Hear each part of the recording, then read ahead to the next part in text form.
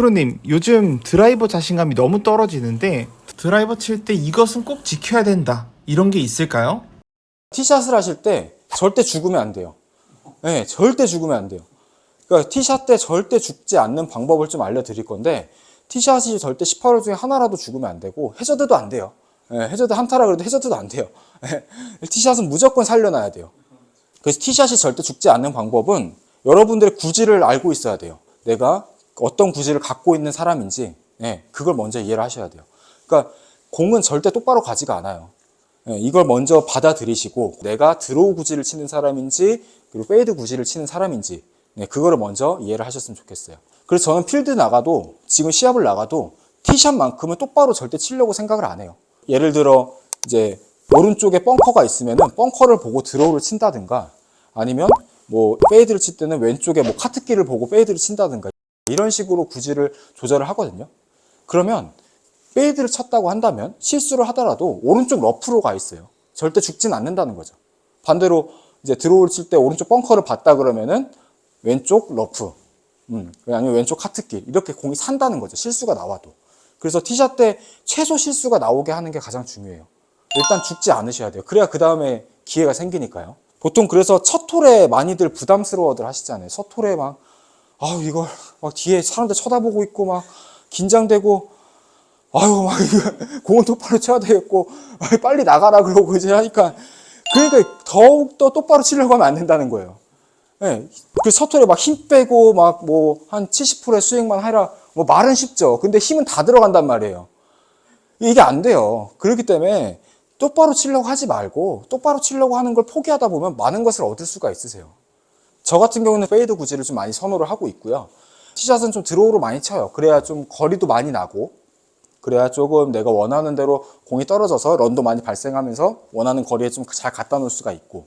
근데 제가 페이드를 선호하는 이유는, 예전에 저도 한 10년 전에 선수 생활할 때는 드로우를 쳤어요. 근데 드로우를 자꾸 치다 보니까 이게 샷의 컨트롤이 잘 안 돼서 구질을 좀 바꿨는데, 일단 드로우를 제가 한번 쳐볼게요.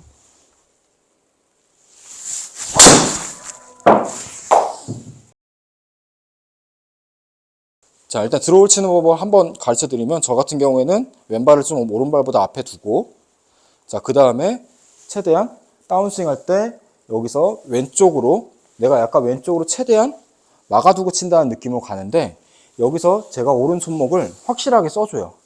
그래서 오른손으로 최대한 인에서 아웃으로 조금 구질을 조절을 하는 편이에요. 몸을 어떻게 하기보다는 오른손으로. 자, 오른손으로 뒤에서 바깥으로.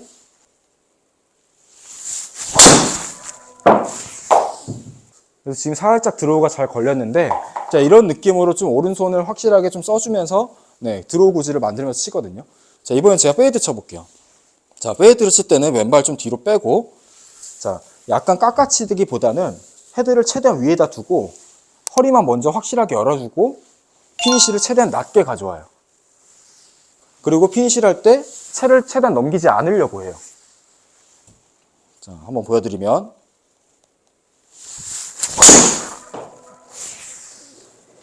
지금 생각보다 많이 걸리진 않았는데, 그러니까 이런 느낌으로 제가 생각한 게 왼쪽 카트길 정도라고 한다면은, 그러니까 왼쪽 러프쯤 좀 덜 걸렸으니까 왼쪽 러프쯤 떨어져서 뭐 아니면 뭐 맞고 페어웨이로 들어왔든 이렇게 실수를 하더라도 어떻게든 산다는 거예요.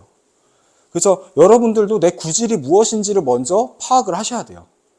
드로우가 좋으면 드로우로 하시고요. 그 티샷만큼은 항상 구질 조절을 꼭 해야 된다, 이렇게 말씀을 드리고 싶어요. 뭐 아까 말씀드린 걸 잠깐 좀 정리를 해드리자면, 드로우 칠 때는 저 같은 경우는 손을 확실하게 인에서 아웃으로 릴리스를 좀 많이 해주는 편이고요. 페이드를 칠 때는 허리가 먼저 열리면서 피니시를 최대한 안 하는 느낌, 피니시를 좀 끝내는 느낌, 넘기지 않고 딱 잡는 느낌, 이 느낌으로 좀 페이드를 치고 있고요.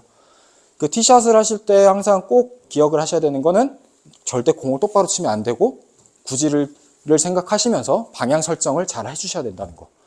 한 번씩 해보세요. 가보시면은 막 똑바로 치려고만 하기보다는 막 이렇게 왼쪽으로 쳐보고 오른쪽으로 쳐보고 하면 되게 재밌어요.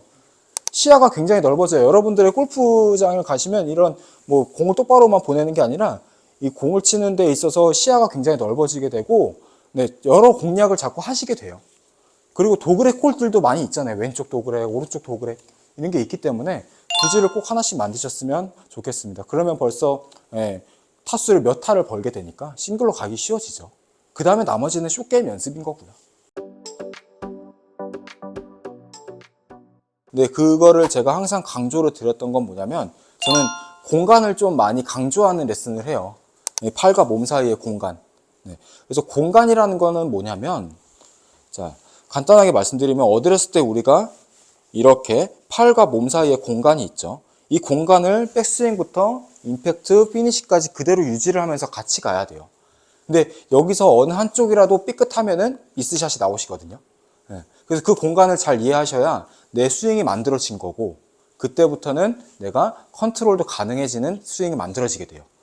그래서 그 내 스윙이 확실하게 만들어졌을 때가 이제 내 싱글로 갈 수 있는 가장 좋은 지름길이시고 내 스윙을 이해하셨을 때가.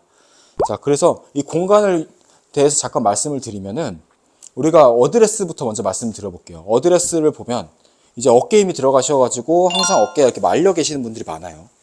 이렇게. 자, 그럼 이랬을 경우에 지금 제가 팔과 팔 사이의 공간이 되게 좁죠. 그럼 벌써 이렇게 됐을 때 백스윙부터 벌써 삐끗해요. 따로 놓을 수밖에 없어요. 경직되기 때문에.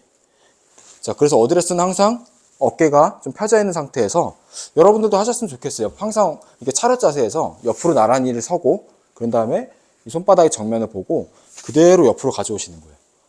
그러면 아까보다 공간이 어때요? 훨씬 커졌죠. 팔과 팔 사이에.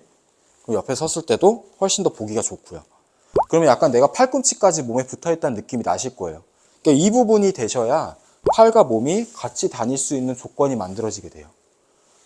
이렇게 어드레스를 섰을 때 좀 편하게 쓰신 건데 좀 이렇게 쓰다 보니까 어드레스를 좀 간과하고 생각하시고 치시는 분들이 많으시거든요.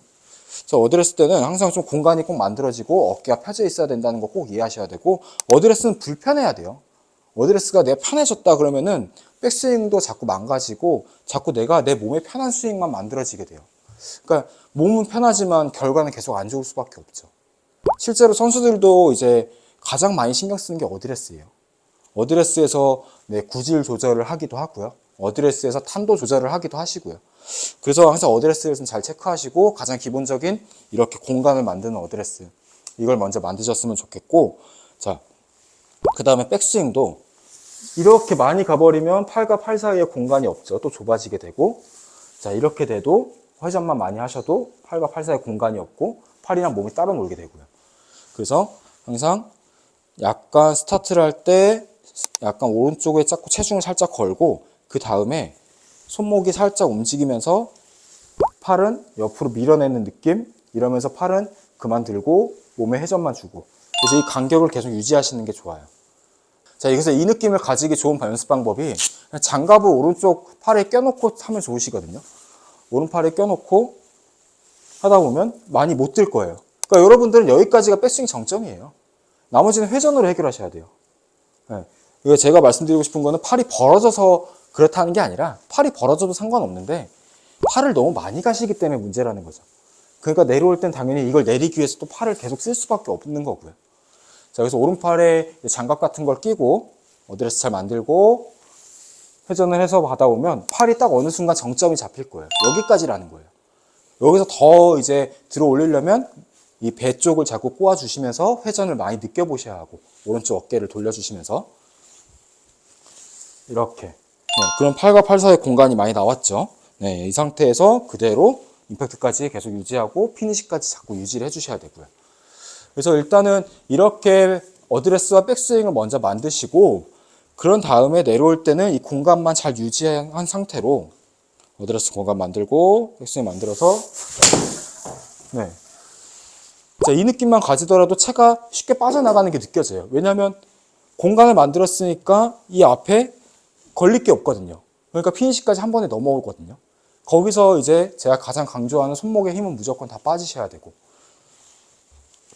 이렇게 손목의 힘은 느슨해질 정도로 많이 빠져 있으면 자동으로 공간이 있기 때문에 채를 던지고 몸을 쓰는 데 있어서 막힘없이 빠져나간다는 거죠. 그러니까 이렇게 스윙이 먼저 이해가 되셔야 되고 이 공간에 대해서 좀 먼저 이해를 하셨으면 좋겠어요. 여러분들이 이제 3쿼터 스윙, 즉 펀치샷 이런 샷을 좀 잘 하셔야 되거든요. 그러니까 이거를 왜 하냐면 이제 많이 경험해 보셨겠지만 라이가 항상 좋은 데가 거의 없어요. 항상 좀 경사가 있고 안 좋은 곳에 떨어질 경우가 더 많기 때문에 내가 풀스윙을 못하는 상황이 온단 말이에요. 그래서 3쿼터 스윙, 4분의 3 스윙만 했을 때도 아이언을 정교하게 이제 그린에 잘 올리고 핀에서 한 5m 이내로 가깝게 붙여야 버디 기회가 자꾸 생기고 스코어를 이제 지킬 수가 있으니까요. 자, 3쿼터 스윙을 하려면 아까 제가 말씀드렸듯이 백스윙 때 공간 만드셨죠? 자, 그럼 치고 나서 이렇게 팔이 몸 앞에 유지를 하고 짧게 끊어치는 것처럼 보이는 이런 3쿼터 스윙을 많이 이제 TV나 영상에서도 많이 보셨을 거예요. 그러니까 예를 들어 만약에 거리가 뭐 145m다 뭐 이런 거리라 그러면은 한 클럽 긴 걸로 잡아서 좀 짧게 끊어치는 거죠. 그래서 방향과 이제 거리를 맞추기 위해서도 치기도 하고요. 이렇게 아이언이 좀 정교하게 만드시는 게 두 번째가 될 것 같고요. 오늘도 영상 재밌게 보셨다면 구독과 좋아요 부탁드리고 저는 다음 영상에서도 더욱 재밌고 유익한 지식들로 여러분들을 찾아뵙도록 하겠습니다. 감사합니다.